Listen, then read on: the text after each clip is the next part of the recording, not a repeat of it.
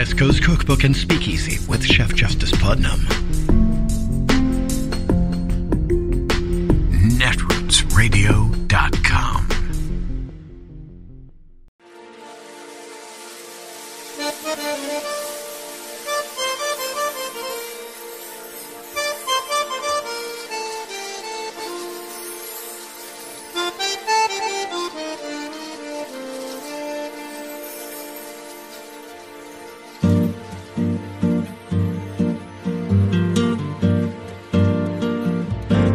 Je voudrais du soleil vert, des dentelles et des théâtres, des photos de bord de mer, dans mon jardin d'hiver.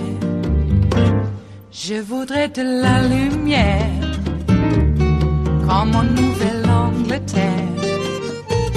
Je veux changer d'atmosphère, dans mon jardin d'hiver. Ma fleur sous la pluie de novembre, tes mains qui courent, je n'en peux plus de t'attendre. Les années passent, qu'il est loin, là je tombe. Nul ne peut nous entendre. Je voudrais du Fred Astaire, revoir un latte. The House is divided over reimposing mask mandates. The move to mask up comes at the recommendation of the chamber's physician, who said that people are required to wear face coverings again inside the chamber, office buildings, and in committee meetings. Minority Leader Kevin McCarthy tweeted the return to masks is a decision, quote, conjured up by liberal government officials who want to continue to live in a perpetual pandemic state. He continued that criticism on the House floor, to which Democratic Congressman Tim Ryan of Ohio responded. You know, if you read the CDC recommendation, it said you only should wear the mask for the hot spots. I'm sure the gentlemen on the other side know which states and which cities are hot spots, because those are the facts. You could see the facts. You could read the facts. You could understand the facts. So what is Washington? The vaccination rate for the members of Congress is over 85%. And as of today, the transmission rate on the Capitol campus is less than 1%. Well, the facts would tell us this isn't a hot spot, so the CDC recommendation doesn't apply to us. Look, the attending physician of the United States Capitol, the top doctor for Congress, asks us to put on masks when we come to a chamber with 435 people. I may not be from a hot spot. Speaker may not be from a hot spot. Speaker Pelosi may not be from a hot spot. Somebody in this chamber is coming from a hot spot. Somebody represents the hot spots. And they get in a plane and they fly here and they interact with all of us. I just find it absolutely immature and appalling to somehow diminish it to try to score cheap political points. And that's exactly what we saw a few minutes ago. That is beneath a minority leader of one of the major political parties in the United States of America, saying we should take no caution that someone from a hot spot is working in this chamber and could potentially get someone infected that could go home to a sick parent or an immune-compromised kid. That is beneath us. That is beneath us. It's so reckless. It was so reckless and so dumb of Kevin McCarthy. I wonder if, like Homer Simpson, after they cut the tape, if he's tried to stick crayons up his nose. I mean, it's insane.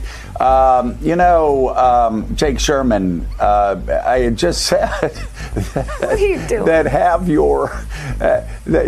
your loved one talk to a physician that they know. And there you have Kevin McCarthy ignoring the advice of the attending physician, understanding that members in that chamber go back and forth. Members of Congress, when I was in there, they still do. You fly back and forth to your district, every 3 or 4 days a lot of times. And you're in your district and you're going to town hall meetings and you're going to events and you are surrounded by people. So, yes, for the 100 or so members or 50 members that come from hotspots, there's a really good chance somebody's going to bring the Delta variant back into that chamber and pass it along and kill somebody, or maybe have them go home and get somebody really sick in their family. It's just not hard. And again, you wonder how low the Republican Party will go. You wonder how low Kevin McCarthy will go. You ask the question, is Kevin McCarthy really that stupid? And many would say that's a rhetorical question. I don't know, Jake. I won't make you answer that one. But talk about the back and forth you just saw between McCarthy and Ryan. Buried in what McCarthy said is that 65 members, all of Kevin's party, are not vaccinated.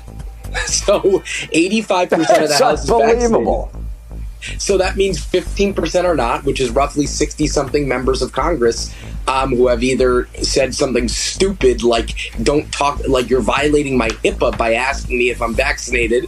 I wear a mask at the Capitol because I don't want to give it to my unvaccinated children. A lot of reporters do that. A lot of members do that. So not only are they coming from hotspots, they're traveling through airports like Dallas and Atlanta and Chicago and Denver, where there's a mix of people every couple days who could be carrying the virus. And so I just don't want my kids and my unvaccinated children to get sick. And I think a lot of people feel that. Now, there are big bipartisan complaints about the attending physician who has not been forthcoming with information, who did not get tourists out of the Capitol quick enough, who has not been clear about why he's making some decisions. And those are all legitimate gripes with the attending physician. But you have to be an idiot to not understand that the Delta variant is raging here. And there's just real risk for unvaccinated people. And all of us in the Capitol, many of us are around unvaccinated children. And just and listen, I'm very frustrated by this. My patience with people who are putting me and my kids at, not me, but my kids at risk is really dwindling. And that's not a partisan issue for me. I just want people to just shut up and wear masks because I can't take the questions from my wife anymore, who's being more responsible than me. But I just, this has been a problem since we got into this pandemic, that people don't listen to the advice of doctors. And I'll stop after this. I mean, we're not having a theoretical debate here. I'm not a doctor. I could read the science, but if a doctor tells me to do something, I'm going to do it even if it's inconvenient to me, because we live in a society with other human beings. And we have to be, my wife sent me a photo the other day from a hotel in California that had people who are anti-maskers. And there was a sign that said, look in this mirror if you're not wearing a mask, because you're around the only person that you care about. Which I thought is a really good example of just how stupid people are. And you know what? McCarthy, I'm not defending him here, but he has a conference full of people who don't believe in science, don't believe in medicine, and that's what he's representing here. And it's disappointing to me and to people who are going to be around people who are susceptible to this virus.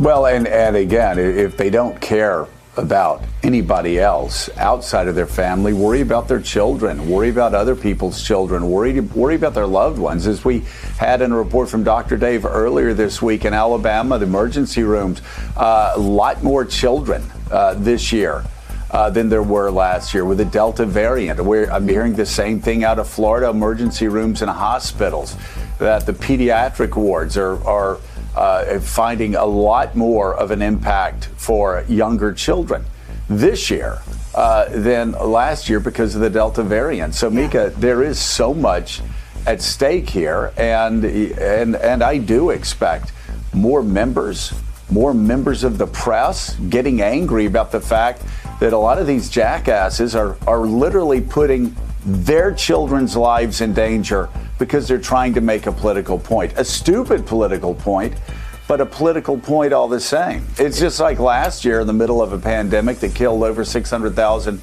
That's killed over 600,000 people. What was it? It was Trump's chief of staff, Mark Meadows, was making fun of Jake. It may have been you. You sure do look funny in that mask.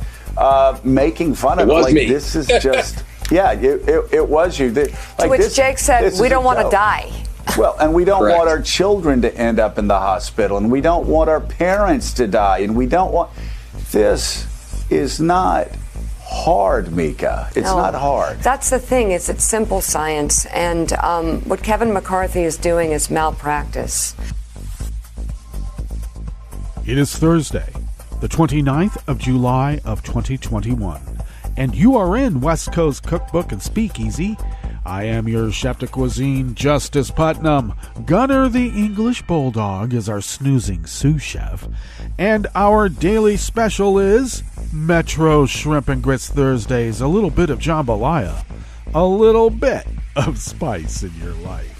Well, here we are on Thursday, getting ready for the weekend, and what a day already, huh? So the rains that we had just the other day actually helped quite a bit on these wildfires, though it is drying out once again, and we here in our region are in a active heat advisory. And we'll speak more about that when we get into the weather portion of the show.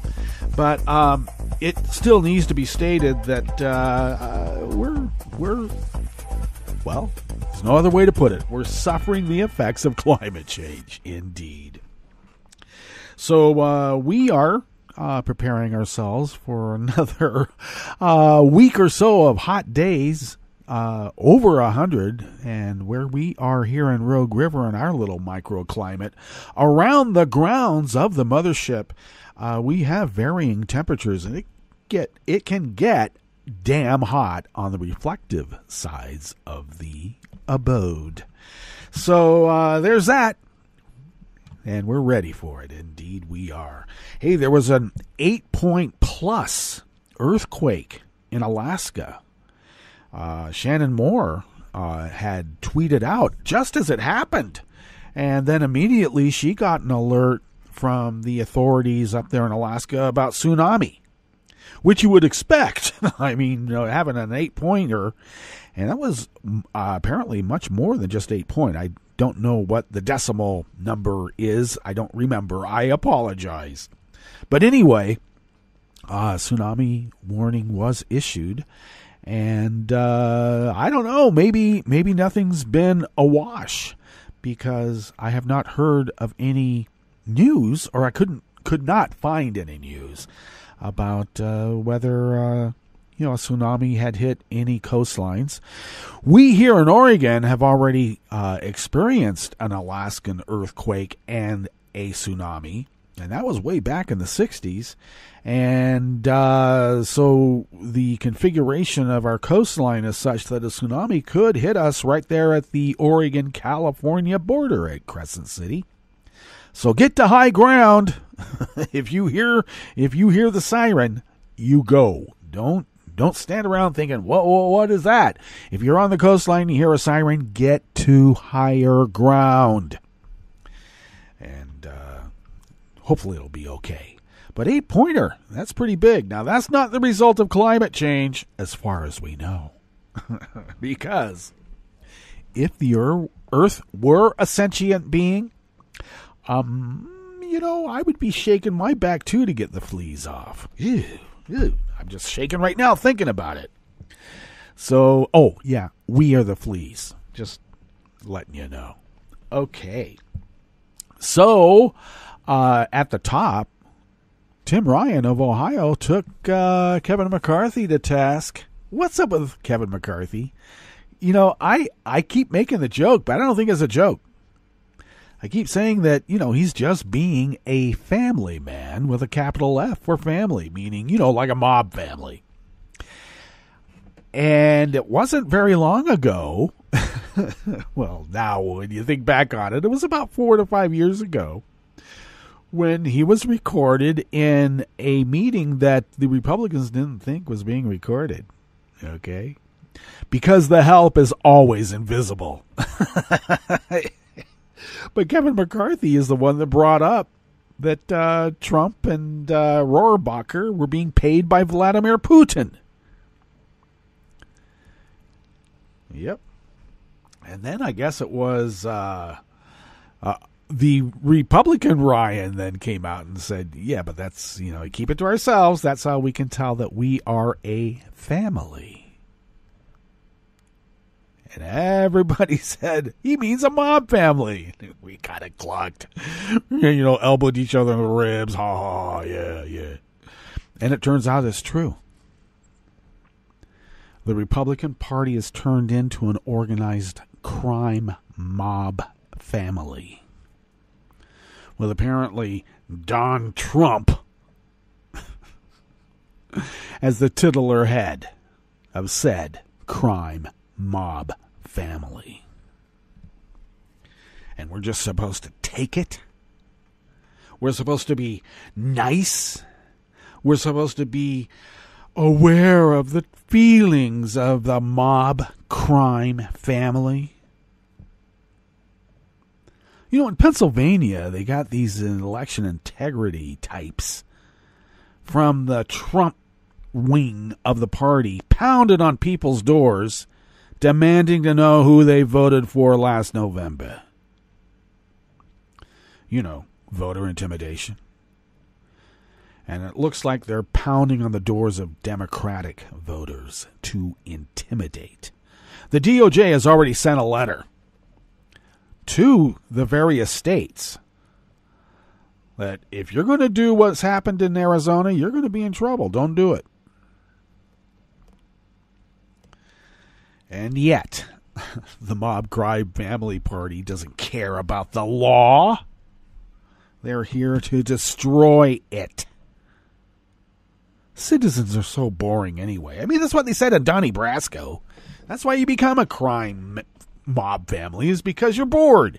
And all those square citizens, or maybe it wasn't Donnie Brasco. Maybe it was one of the others. Goodfellas. I think it was Goodfellas, actually, where the protagonist mentions that, hey, citizens are boring. People who follow the law are boring, living their little lives. We like to live it up. And they do. Well, we boring citizens are tired of it. We're tired of the mob intimidating people and taking the kids' school money. Bullies. We're going to show you what's up. All we have to do is convince the more timid among us that it's okay to punch a Nazi. Oh, we can't punch a Nazi. If we punch a Nazi, we'll become just like Nazis. No, you won't. You'll stop the Nazis. The idea is to stop the Nazis. Being nice to a Nazi has never worked. Ever. They will stab you in the back. They'll stab you in the front. They'll stab you on both sides. They'll stab you on top of the head. Do not trust a Nazi. Okay. Got that off my chest. How are you? Yes, how are you? Well. Oh, Gunner is on the road to recovery. He was panting quite heavily. He was in a bit of discomfort yesterday. And he does not take pills. You can't, get him to take a pill. I've tried wrapping it up in some wet dog food, and he just spits it out. So I've had to resort to crushing up his medicine and then putting it in his food and, stirring it up so that it still stayed in somewhat of a concentrated form so that, he didn't get a diluted medication. So he did not want to eat yesterday, and I don't blame him. He had laser surgery on his soft palate up there in his mouth. Ouch! So he was panting quite heavily yesterday, and all I could do was just kind of pat him, and he'd calm down. Bulldogs really love to be rubbed behind the ears. So he calmed down a little bit. But then he did finally eat. Now, I'm supposed to give him 2 pills a day, and his eating habits are so weird. But I decided, okay, rather than trying to get him to take one in the morning and then, put some more there at dinner time, I decided, you know what? He usually starts wanting to eat some of his food, around 4 o'clock local time. So I put his medicine not in a powdered state. I left bigger chunks just to make sure he was getting the right amount. And he did take his medicine. And then later on at night, that's the other thing. He likes to eat in the middle of the night. No wonder he's gaining weight. I'm supposed to get him to lose 14 plus pounds. But I'm cutting back on the amount of food, obviously. And put some more medicine for the second pill. It worked out to be about another 8 hours or more. And he ate some more, and that was good. So he's on the mend. He seems to be a lot more docile. Well, he's sleeping quietly, even though he is our snoozing sous chef. Right now, he's sleeping and snoozing quietly. The heavy panting it breaks my heart because I know that he's in pain, and he takes it well. But it's still, he doesn't need to go through that. He's not an Olympic athlete where he's supposed to compete on a broken tibia. All right. Speaking of which, the great Simone Biles has bowed out of the Olympics, and yet the Americans won gold anyway. That's how good we are. And the girls, and I have to say girls, I'm sorry, I know they're women, but they're still girls. That's another one of my pet peeves. I wish that we didn't have 11-year-olds competing in the Olympics. Please. Well, 12. Same thing. I wish that they were, at least of legal age. I just wish. There was the push to have ever younger gymnasts compete, at least on the girls' side. And that was Karoli, who is now looked upon disfavorably because of all the abuse, physical, and then Nasser being brought in and all the sexual abuse, who Simone Biles was subjected to, by the way. She's done enough for our country anyway. The Olympics is not war. Wars are supposed to stop. And the idea of even having nations, under a flag, that was a fairly recent construct in the Olympics, even though the modern Olympics are a fairly recent construct unto themselves. But everybody says, yeah, that was the Nazis that first nationalized. No, it wasn't. The Nazis took the LA Games, the previous, and that's when the jingoism and the ultra-nationalism was fairly pronounced and introduced. And the Nazis said, wow, like American eugenics, let's do that in the Olympics. Yeah, the idea of killing Jews and the master race came from American eugenics movement. And the Nazis said, that looks like a good idea. So whenever the Nazis wanted to do anything, they just looked to America.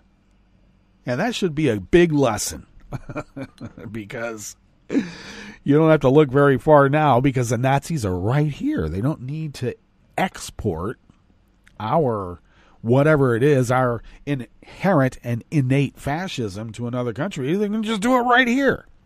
American Nazis. Pretty much like the Nazis of old. So, when you got stormtrooper brown shirts pounding on your door demanding to know who you voted for, which is, by the way, illegal. But they have the enabling acts, and they can do what they want, apparently, like sovereign citizens. Well, what's on the rest of the menu here in the Bistro Cafe of West Coast Cookbook and Speakeasy Metro? Shrimp and Grits Thursdays? A statue commemorating York, the enslaved black member of the Lewis and Clark expedition, was toppled overnight at Portland, Oregon's Mount Tabor Park. Oh, and graffiti from the usual Nazi organizations. I'm not kidding. That's not any kind of rhetorical device. That is a literal description of who is involved. Oh, hey, insurgent Representative Paul Gosar introduced an amendment to defund the Capitol Police because they're traitors, apparently. And a federal appeals court ruled Trump and his kids cannot arbitrate a fraud lawsuit accusing them of a marketing scam that targeted the poor and minorities. Oh, I'd like to see that deposition. After the break, we move to the chef's table, where a Houston man pled guilty to a scheme to sell $317 million worth of bogus masks to the government of New South Wales, Australia. And French police recovered most of the $2.37 million worth of jewels that were stolen from a high-end Parisian boutique by an armed robber who escaped on a stand-up electric scooter. All that and more on West Coast Cookbook and Speakeasy. Bon appetit.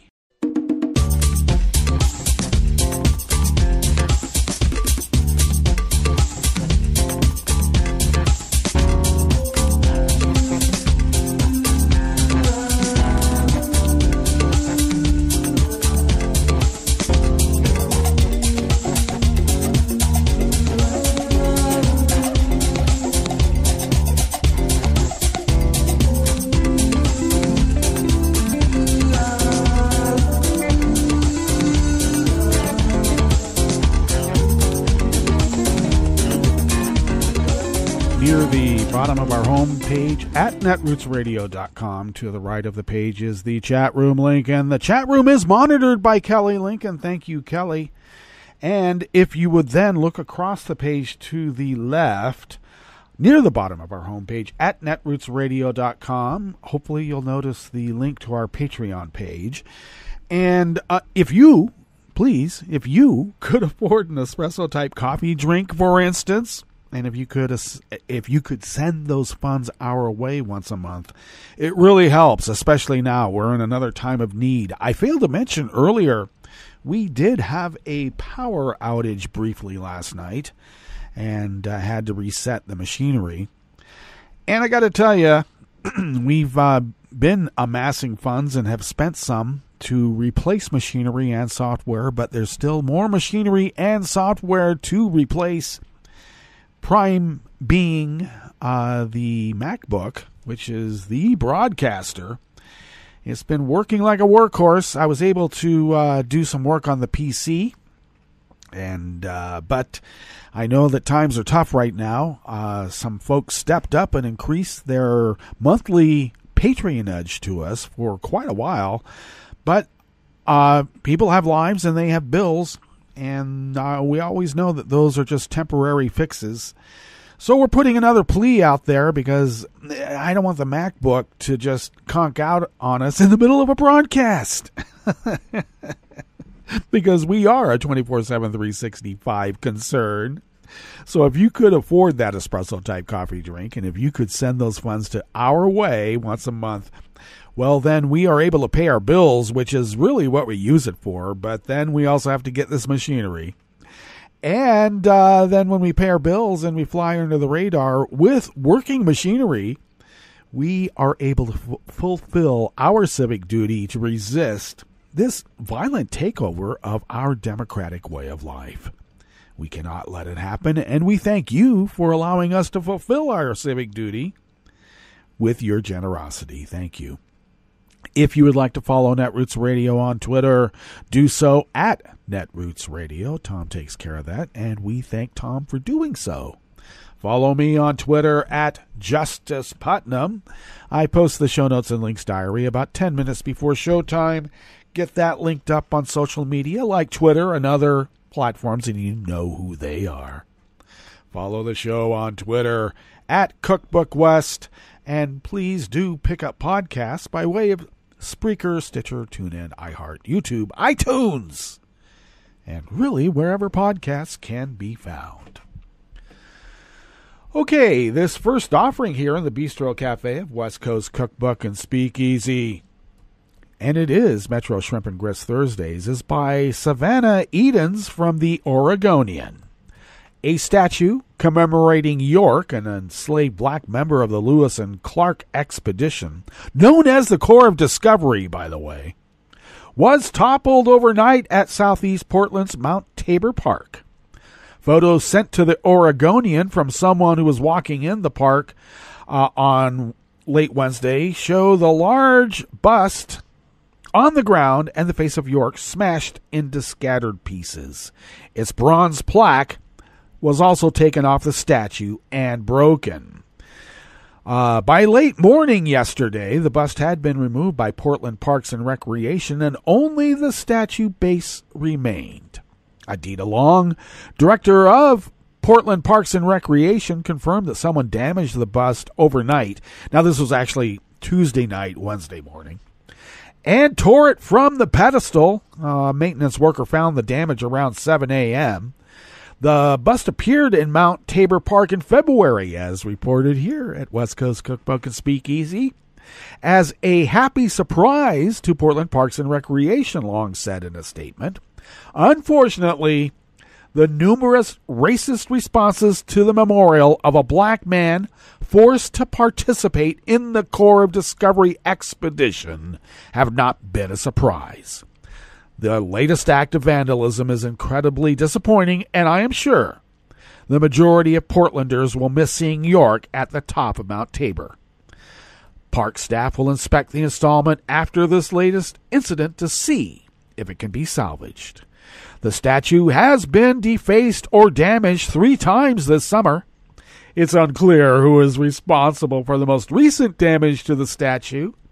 The bust mysteriously appeared in February on a pedestal where a statue of Harvey Scott, a well-known conservative, well, that's a nice way of calling him a white nationalist racist, and the longtime editor of the Oregonian, who opposed women's suffrage, equal voting rights, etc., etc., etc., and stood until being torn down last fall. And there were a lot of people that were upset that a white nationalist was torn down and replaced with York, the slave on the Corps of Discovery. How dare they? So uppity. The bust was spray painted in early June with the words "Love, Not Hate." The purple paint was later removed. In late June, a photo of the statue showed the plaque marked with a red logo resembling a symbol used by Patriot Front, a white supremacist group. White paint had also been sprayed on the plaque pedestal and over a portion of the statue. The plaque described him as the first African American to cross North America and reach the Pacific coast. Portland officials previously said the city arts program was discussing plans to remove the bust, but no timeline for that project has been set. The city's arts program manager told the Oregonian that the bust would likely stay in place for many more months, as long as it's viable. Hawthorne said the bust is constructed of wood and liquid urethane, so it may not withstand the elements. Hawthorne said the city has discussed the bust being replaced with a more durable bronze version. And on Wednesday, yesterday, Hawthorne said the city's arts program had no new announcement about any project to replace the bust of York. We have continued to talk about the future of that artwork and pedestal with the artist who created it, as well as other artists in the community, Hawthorne said. The Regional Arts and Culture Council has connected with the anonymous artist as they are stewards of the public arts across the city.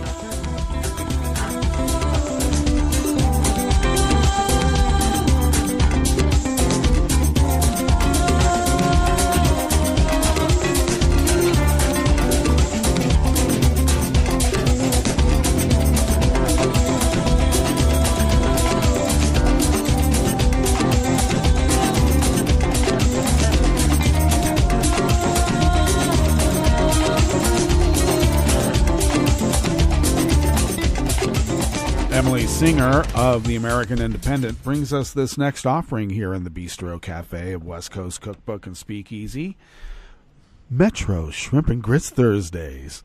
One of the GOP lawmakers trying to downplay the violent and deadly insurrection by supporters of Trump at the U.S. Capitol on January 6 has introduced an amendment to a legislative funding bill that would defund the Capitol Police. The amendment, filed by Paul Gosar, Repug from Arizona, would block any funds to the Capitol Police until, quote, security footage of the United States Capitol from January 1 through 6, 2021 is released to the public.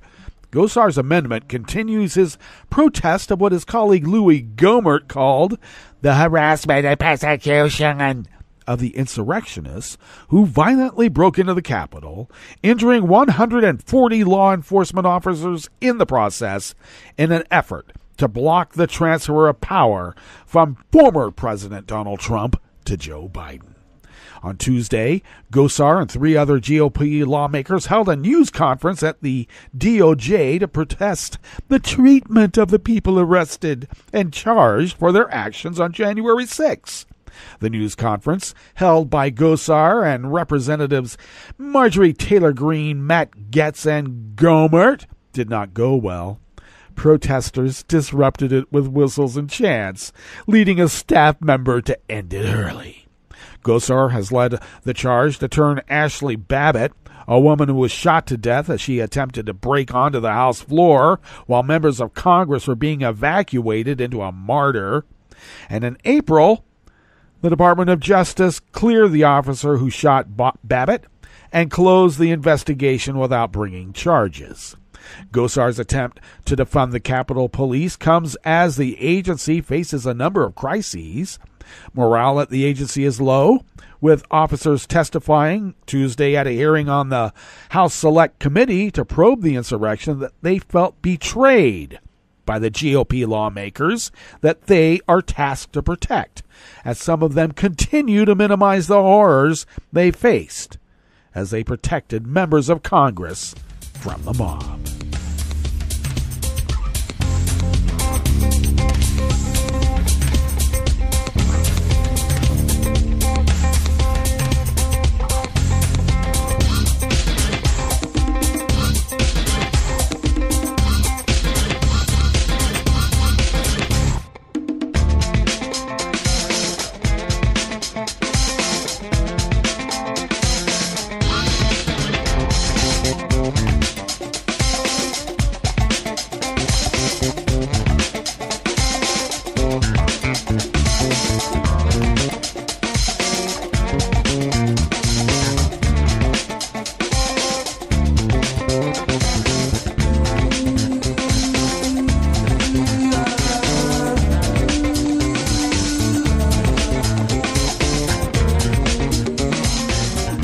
Jonathan Stemple of Reuters brings us this final offering here in the Bistro Cafe of West Coast Cookbook and Speakeasy. A federal appeals court said former President Donald Trump and his adult children cannot move into arbitration, a fraud lawsuit, accusing them of exploiting their family name to promote a marketing scam targeting the poor and working class. The Second U.S. Circuit Court of Appeals in Manhattan said the plaintiffs' agreements to arbitrate claims against the multi-level marketing company American Communications Network did not extend to the Trumps who had not signed those agreements. Lawyers for the Trump family did not immediately respond to requests for comment on Wednesday's 3-0 decision. 4 plaintiffs in the proposed class action accused Trump, his children Don, Jr., Eric, and Ivanka, and an affiliate of the Trump organization, of promoting ACN in exchange for millions of dollars in secret payments from 2005 to 2015. The plaintiff said Trump's endorsement, including on episodes of his TV show The Celebrity Apprentice, conned them into thinking their investments would pay off. ACN would charge almost $500 to clients to sell video phones and other goods. In Wednesday's decision, Circuit Judge Robert Sachs said the lack of a close relationship between ACN and the Trumps meant the plaintiffs had no reason to believe they agreed to arbitrate with the Trumps. He also said there is no unfairness in requiring the Trumps to litigate over alleged wrongful business practices, given the plaintiffs' claim they were defrauded into thinking Donald Trump told the truth by endorsing ACN. Now, the Trumps claim they had no control over ACN, that Trump's endorsement was simply his opinion, and that the civil lawsuit, one of many they face, was politically motivated. Some defendants prefer arbitration to litigation because arbitration can cost less and remain confidential, and obtaining evidence can be more difficult. Roberta Kaplan, a lawyer for the plaintiffs, Roberta Kaplan, a lawyer for the plaintiffs, said her clients were pleased and looked forward to gathering more evidence and beginning depositions. Well, that brings us to our break. And when we get back from that break, we will go through weather from around the world. And we will finish up with the stories that we've curated for you today. You are listening to West Coast Cookbook and Speakeasy. And we will be right back. You are listening to netrootsradio.com. Please hang up and try again.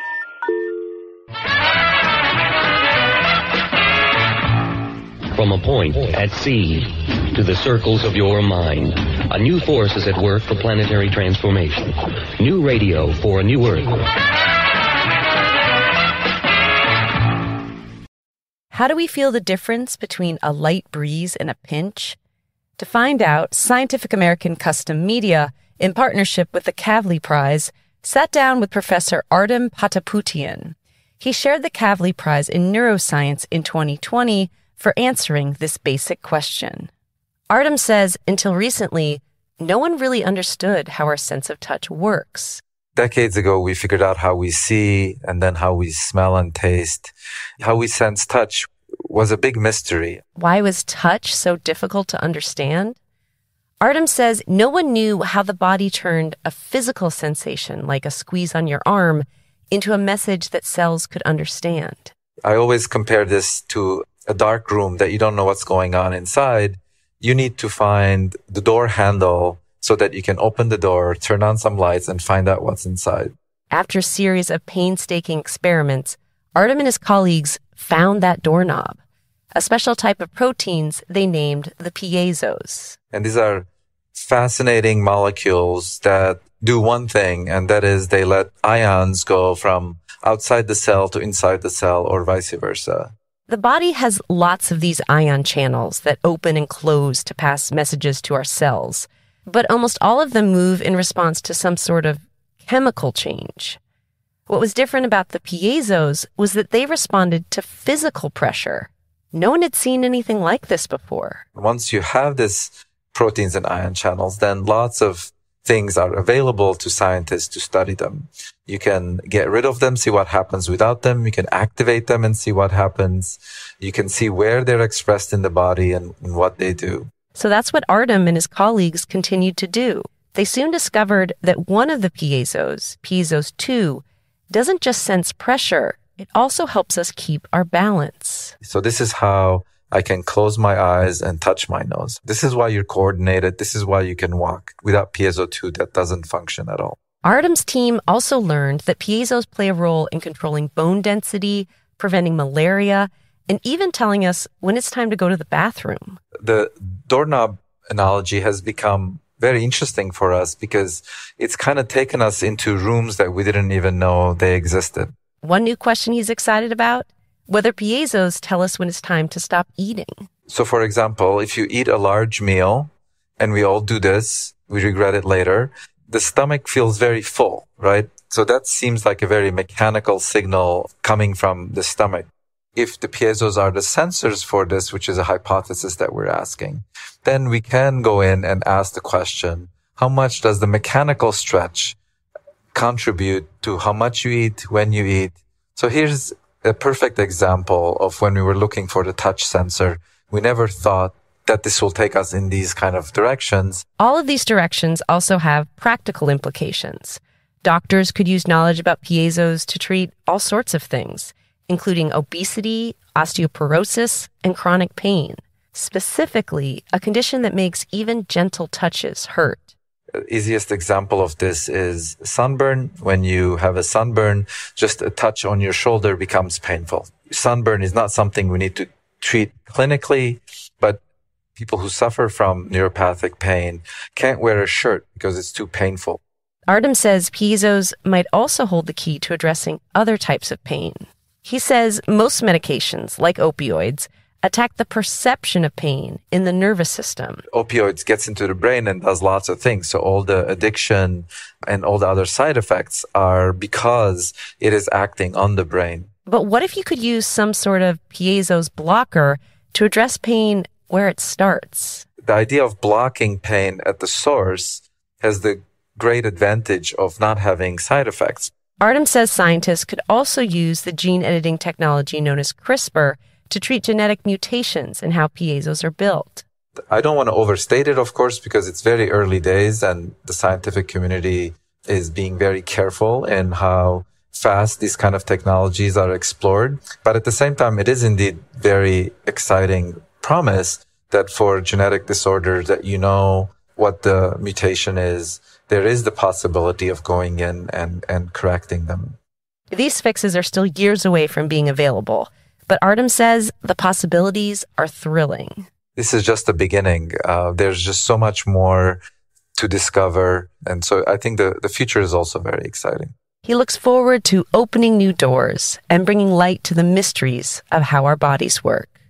Artem Pataputian is a professor at the Scripps Research Institute and an investigator for the Howard Hughes Medical Institute. In 2020, he shared the Kavli Prize in Neuroscience with David Julius from the University of California, San Francisco, who discovered a family of receptors that allow us to sense temperature. The Kavli Prize recognizes scientists for pioneering advances in the fields of astrophysics, nanoscience, and neuroscience. The Kavli Prize is a partnership among the Norwegian Academy of Science and Letters, the Norwegian Ministry of Education and Research, and the U.S.-based Kavli Foundation. This work was produced by Scientific American Custom Media and made possible through the support of the Kavli Prize. He's running first, second, third. No! He stopped between third and home. What the heck? Ooh, that's not the time to stop. And now's not the time to stop wearing a mask. Vaccines are a game changer. But the game's not over. Mask up until you're vaccinated. Let's finish strong. For more information, please visit cdc.gov/masks. A message by CDC and the Ad Council.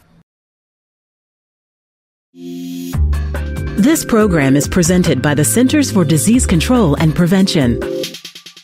Colorectal cancer is the number 2 cancer killer of men and women in the United States, but it is preventable. Early on, colorectal cancer typically has no symptoms. It starts with a precancerous polyp or abnormal growth in the colon, which can be removed without surgery. Several tests are available to find these polyps, so they can be removed before they turn into cancer. Screening also finds colorectal cancer early when treatment works best. Recommended screening for adults at average risk begins at age 50 and continues until age 75. Learn about screening test options and find out which tests are covered by insurance. Talk to your healthcare provider about when you should be screened and discuss the best tests for you.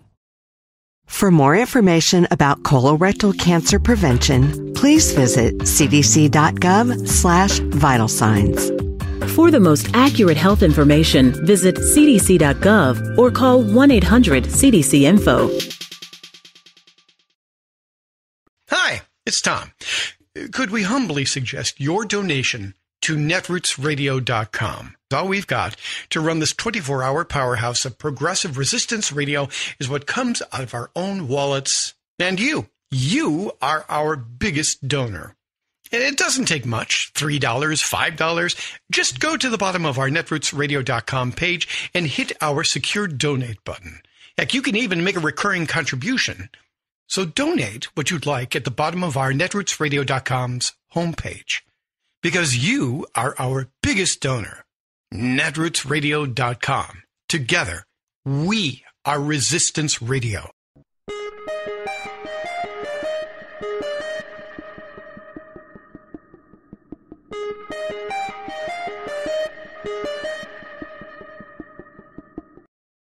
I'm Rick Smith, and this is Labor History in 2. On this day in labor history, the year was 1969. That was the day AFSCME sanitation workers in Charlotte, North Carolina, walked off the job. More than 85% of the sanitation workers were black in this predominantly white southern city. It was their third garbage strike in a year. State statutes prohibited union contracts in municipal agencies, but AFSCME was determined to win union recognition and establish an agreement with the city. Southern Director for AFSCME James Pierce thundered, quote, "We'll bring in whatever help we can get if the city tries to break the strike. We can turn this place into a Memphis or a Charleston in a few days."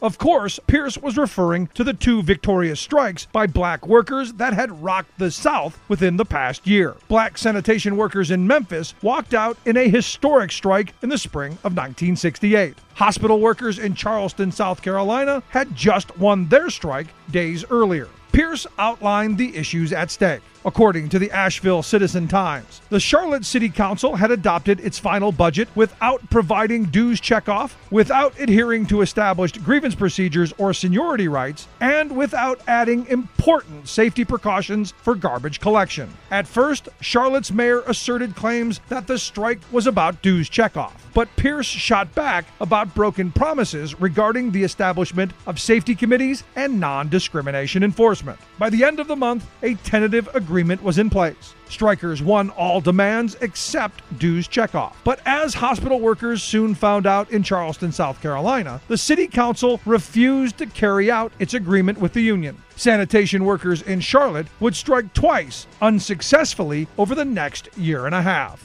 Labor History in 2 brought to you by the Illinois Labor History Society and The Rick Smith Show. For more information, go to laborhistoryin2.com.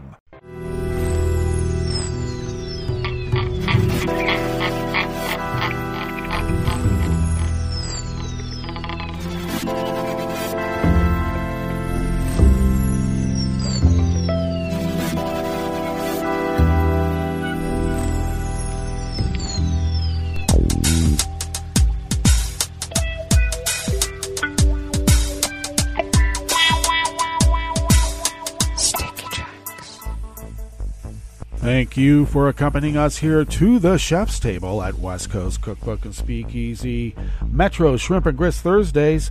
We always begin, whether from around the world, along the banks of the Rogue River and the Rogue River Valley of Southern Oregon on the west coast of the continental United States of America, where it is currently 68 degrees Fahrenheit, expecting a high of about 103 to 105, sunshine and a few clouds, winds out of the northwest at 5 to 10 miles per hour, some passing clouds overnight with lows around 70, winds out of the northwest at 5 to 10 miles per hour, and sunny along with a few clouds tomorrow with highs of around 101. Yeah, it could be hotter. Winds out of the northwest at 5 to 10 miles per hour. Confirmed cases of coronavirus in Jackson County in the southern part of Oregon are ever increasing.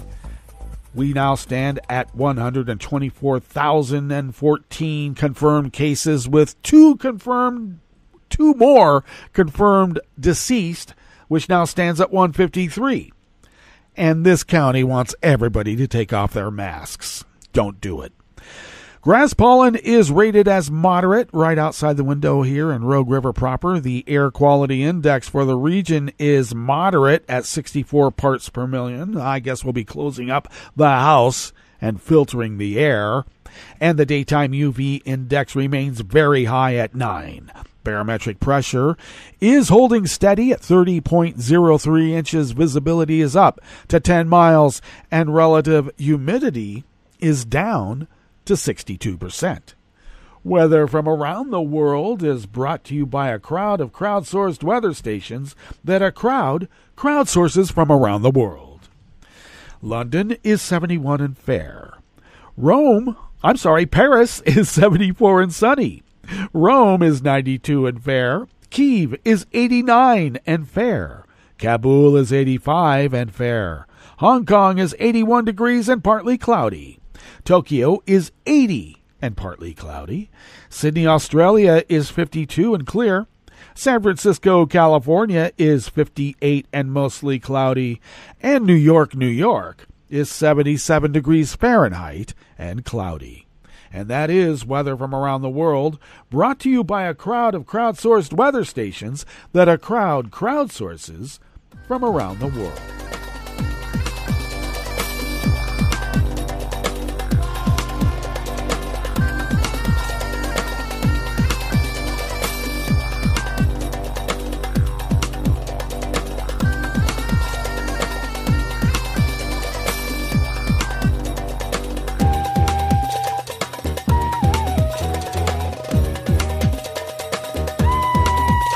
Jonathan Stempel of Reuters brings us this first amuse-bouche here at the chef's table at West Coast Cookbook and Speakeasy. A Texas man has pleaded guilty to involvement in a scheme to fraudulently sell 50 million N95 respirator masks he did not have for $317.6 million to the government of New South Wales and Australia, U.S. prosecutors said. Ariel Doolittle entered his plea to a wire fraud conspiracy charge on Tuesday before U.S. District Judge Lynn Hughes in Houston. Prosecutors said Doolittle and co-defendant Paschal Elania tried to sell 3M branded masks at 5 times the list price, hoping to collect up to $275 million, with the rest going to their broker and to representatives of New South Wales government. The Secret Service broke up the transaction before it was completed. Doolittle of Houston faces up to 5 years in prison at his scheduled October 25 sentencing and will remain in custody until then. Charges remain pending against Elania. In an email, his lawyer called Elania a middleman who tried to ensure parties got what they were negotiating for.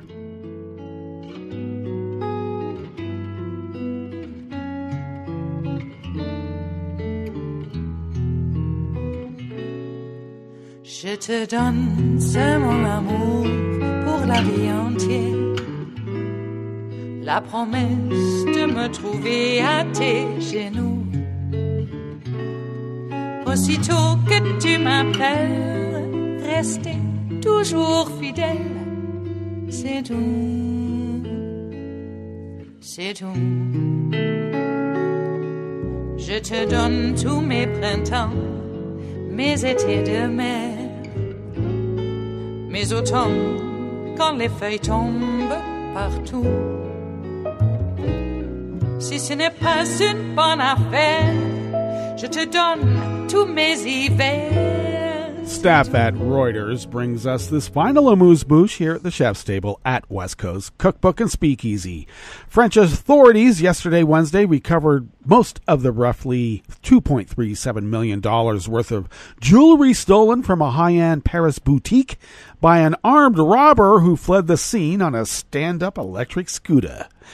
A local broadcaster, citing sources close to the investigation, said 2 suspects were detained at a motorway rest area near the city of Metz, close to the French border with Germany. There was no immediate confirmation from French police.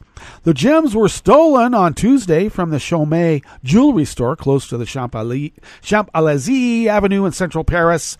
A closed-circuit television image from the scene broadcast by the broadcaster showed a man identified as the suspected robber in a gray suit inside the store.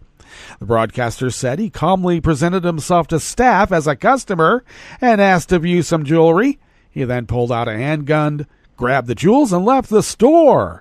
Another closed-circuit TV image broadcast showed what looked like the same man riding a stand-up electric scooter down the street with a white bag hanging from the handlebar of the scooter. Chaumet is one of France's oldest jeweler brands and is owned by luxury goods conglomerate LVMH.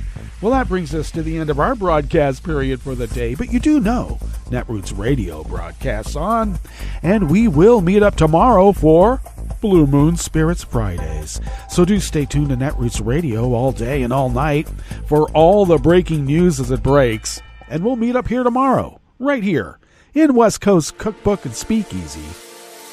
Bon appetit.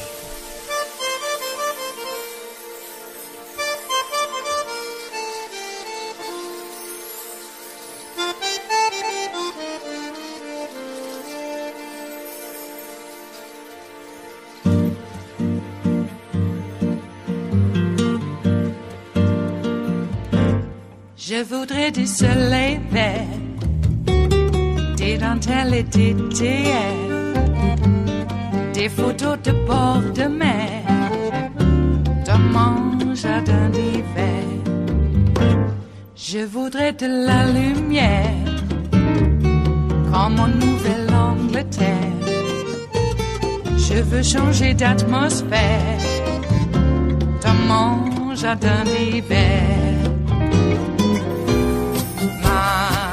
Ma fleur sous la pluie de novembre, tes mains qui courent, je n'en peux plus de t'attendre. Les années passent, qu'il est loin, là je tombe. Nul ne peut nous entendre. Je voudrais du Fred Astaire, revoir un latte Goël. Je voudrais toujours te plaire dans mon jardin d'hiver.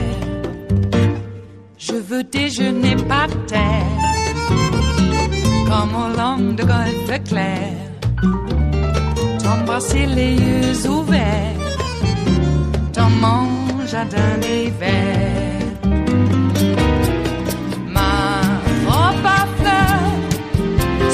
Pluie de novembre, tes mains qui courent, je n'en peux plus de t'attendre. Les années passent, il est loin, là je tombe.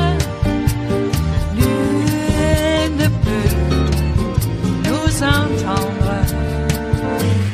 Ba-da-da-dum-di-da-dum. Ba-da-da-dum-di-da-dum. Ba-da-da-dum-di-da-dum. Dans mon jardin d'hiver. Ba-da-da-dum-di-da-dum. Ba-da-da-dum-di-da-dum. Ba-da-da-dum-di-da-dum. Dans mon jardin d'hiver. Dans mon jardin d'hiver. Dans mon jardin d'hiver.